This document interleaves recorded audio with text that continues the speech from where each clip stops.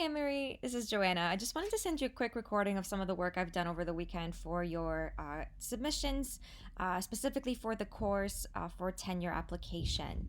So, what I've done is I've created a course specifically for this request, which I think will really help us manage all the submissions for the application. So, what we're going to do is navigate to the course. I'm already enrolled as a student, so we're going to really be able to see this from the student perspective. So now that I'm enrolled in this specific course or for this application, I'm going to go ahead and select this link. Once I am brought to the homepage for this application for promotion and tenure, I have a few things available for me right off the bat. So, of course, I have an announcement from my instructor. Really, not necessarily an instructor in this case. Whoever would be the one responsible for evaluating my submissions and the different criteria that come with that.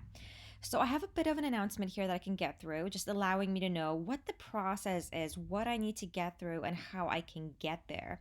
I even have a link here, and it looks like the submission. I'll call them a submission officer for the point of this specific demo, has requested that I fill out a checklist to let them know kind of which path am I going to take. Also on the left hand side here, I have a little bit of a what we call a content navigator that allows me to see kind of the process of which kind of module I'm kind of working on and what the percentage is that way. So for each of these areas of submissions, the letter of request or the evidence of eligibility to apply, I can actually see right off the bat how much of it I've done and what I have yet to do. So, starting with what I asked my applicants to do first is to complete this checklist. Once they complete this checklist, it's going to actually release modules based on their input. So, whether they're going towards more of a teaching aspect or that research or services area, depending on what they select, they will now have access to that specific submission area within the platform itself. So again, we might be able to select, a couple since we might be working towards, tenure or promotion. So I can have maybe both research and service. But for the sake of this specific example, I'm just going to select teaching and hit next or save. Now that I've completed this teaching kind of branch for this specific application, my content area will now reflect the teaching module that I can kind of get through and complete my submissions for. Okay.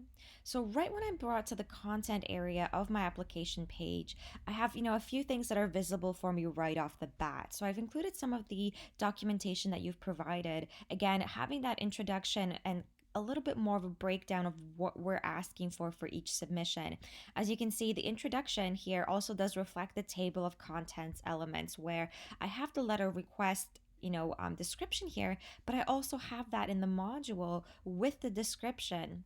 Okay, so this is technically an assignment, but what I've done is I renamed the assignments areas to submissions, right? Not confusing the fact that this isn't a traditional kind of path. And the assignment feature allows us to submit these different documentations or letters via upload or record or choosing existing kind of file that already is kind of present within the platform. So again, letting me know that I have no submissions yet and letting me keep track of that in the activity details is awesome. Again, from an organization perspective, having one place for each of these specific criteria for me to be able to submit to really makes this process a lot easier. And with that content area kind of letting me know percentage wise how far I am from completion is really going to help. At any point, I can also dive into that submissions tab to see, that completion status and that history. I, of course, only used some of, the documentation that you've provided. I didn't want to include everything here. Of course, this list would be a lot longer, but you would have that completion status, again, letting me know as a learner what I've done so far. Of course, we wouldn't have necessarily a score, but we might have more an evaluation status, which has been approved or submitted. We can even have due dates attached to these things if we need to have these forms submitted by a specific time in the semester for that tenure or that promotion consideration.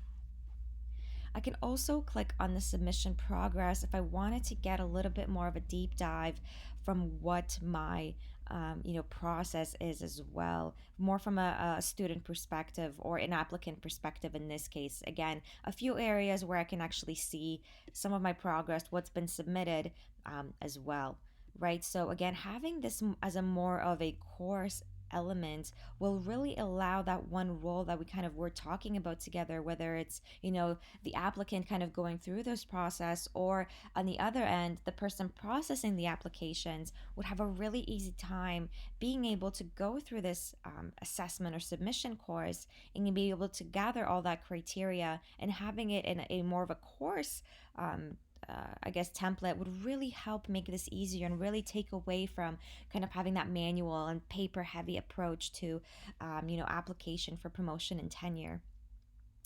What we have also done is we've attached a badge, or what we call maybe a certificate, whatever you would want to maybe classify that as soon as the applicant completes all of their submissions, they can then be assigned or awarded a progress badge that's automatically going to let them know that they've completed their application and that they're now waiting for their results. And of course, from the same end or same perspective, we can have another badge or certification be awarded as soon as that tenure has been approved, or that promotion has been approved as well, which is a really, really great way of keeping everybody kind of on the same page as well. So, Anne Marie, this is kind of a basic overview of what I thought this process could look like. Again, having that ability to have this organized in a nice module, um, you know, really making this a little bit easier for our applicants to see at every point how far along they are, what they need to do, what due dates could be corresponding with this, and also organizing that kind of progress or that path of what they're trying to choose, whether again it's teaching, research, or creative achievements. Maybe that services and creative aspect of it can be really, really well laid out, again with the ability to attach videos and audio, kind of like what we talked about for those creative achievements, could really uh, expedite this process further and just make this so much more easier to work with. But I'd be more than happy to answer any more questions you have. I'm really looking forward to any feedback you may give on this course, or anything you'd like to see added to here as well. But hope you've had a great weekend, and let's chat soon. Thanks.